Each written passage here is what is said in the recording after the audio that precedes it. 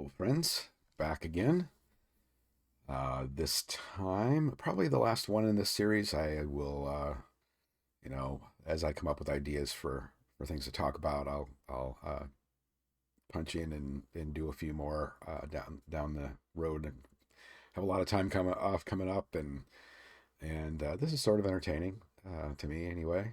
Um, whether anybody sees it or not, anybody cares or not, it's just sort of fun. And I get to show off all this cool stuff behind me. That's kind of neat too.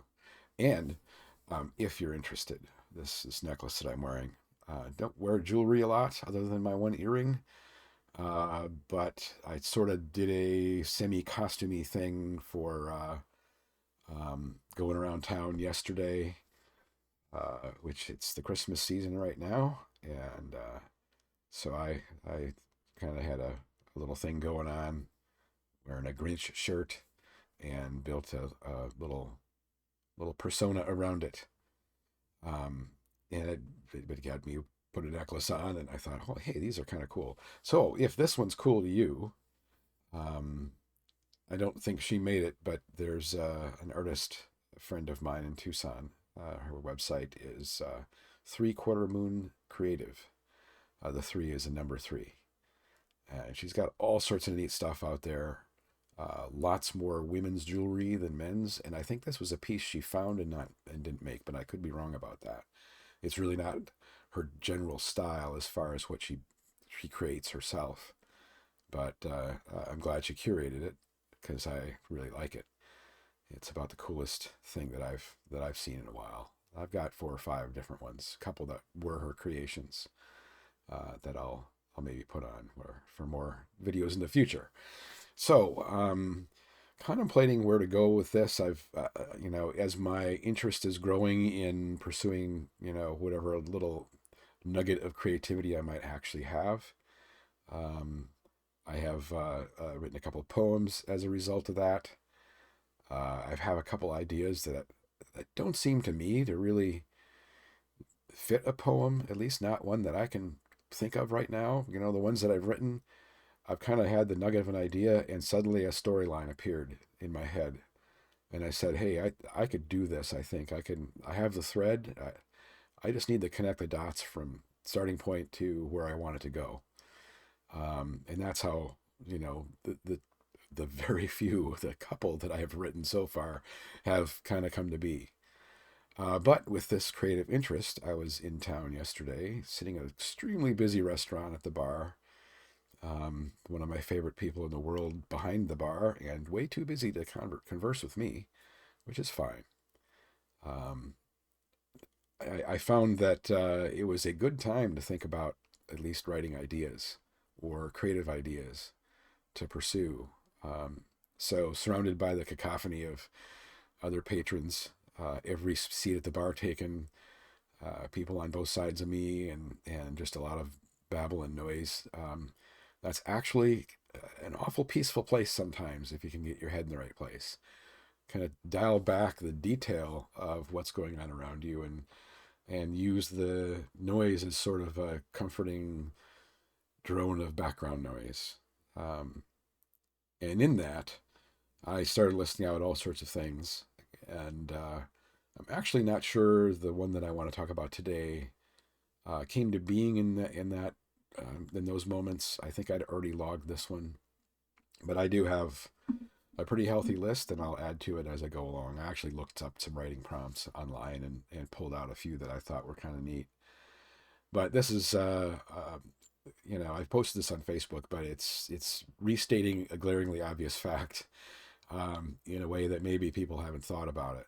Um, and the core concept is that we create a new person every second we're alive. We're someone just slightly different than we were a second ago. Uh, as I'm talking, I've gone through several. Now, the ones that are close time proximity, barring any traumatic or ecstatic events, they're probably pretty much the same person, just tiny, subtle differences. But put in a different way, we are, we contain within us every single person from the moment we were self-aware to today that we ever have been. And we often find ourselves influenced, at least I do, by some of these previous people. One that I'll focus on here, that my mind keeps going to when I think about this, is the pudgy 10-year-old getting bullied on the bus by boys and girls. The boys were, of course, more abusive, not physically with me generally. They were just mean. The girls had their own form of cruelty. And, they were popular, pretty girls, the ones that were doing this. But the event that I happen to remember was a particularly attractive girl. This was before I really knew. We had moved into town. I was young. And before I really knew the people around me in this neighborhood, country. Girl sits next to me, starts talking to me real nice. I am like, huh, this is cool. So I'm playing along, and then when she kind of sets the hook, gets me really involved in the conversation or whatever, she then starts laughing and telling everybody that I fell for it, basically. Um, that wasn't an easy thing to get over for a 10-year-old pudgy kid. Pudgy. So the fit profile of genes for my body type at the time was husky. And I was that guy for a lot of years. Between 10th and 11th grade, no, 9th and 10th grade, I grew 3 inches and I slimmed down. That changed an awful lot in my life.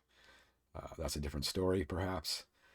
Anyway, this pudgy 10-year-old has kind of held a little bit more of a voice in my head than he should have for a lot of years. He certainly has influenced my the way I approach attractive women, whether they be coworkers or people I meet or whatever, with a high level of incredulity if they are talking to me nicely. That has, slowly receded, but every once in a while he pokes up his stupid pudgy face and says, "You're not worthy of talking to or considering this particularly attractive person in any kind of way other than someone that exists in the world with you. They would not be interested in you." Those thoughts still get in there every so often. So, now that I've acknowledged him, I'm going to push him back even further. He belongs, 50 years ago. He doesn't belong here now, who I am. I'm not that kid anymore. But yet, his thoughts are my thoughts at times. So it'd be interesting, if this triggers some memories for you, if you have someone from your past that perhaps is a bigger presence in your present than you want them to be. I think it's healthy to kind of look at that a little and maybe start reevaluating that previous you's place in your current life. I'm sure there's plenty of previous me's that I really don't want to have much to do anymore. I've learned a few things. Obviously, if you're alive for any length of time and you have your eyes and ears open, you're going to learn a few things. But I'm kind of proud of the person I am now. I'm a lot more confident than I've ever been. Yeah. Anyway, that's the thought that I had, the concept I wanted to kind of flesh out a little bit and how it relates to me. Don't let your version of the pudgy 10-year-old rule your life today. No matter how old you are, how young you are, even if you're 12. You're 12, not 10. 12-year-old you can be a different person. Be someone more that you want to be. Intentionally build the person you want to be. That's not a lesson I have taken very often. kind of fits and starts for me. I'll get complacent and I'll slide along life for a while, and then I'll say, hey, this is really not the place I want to be in life. I want to be a little bit different than I am right now. I want to learn something new. I want to meet different kinds of people. Um, Maybe pursue a relationship that I would have thought was out of bounds or out of my reach in the past. Interesting concept for someone, at my age, but I think it's all valid. Um, there you go. Do with that what you will, but I thought it was fun to share. Till next time.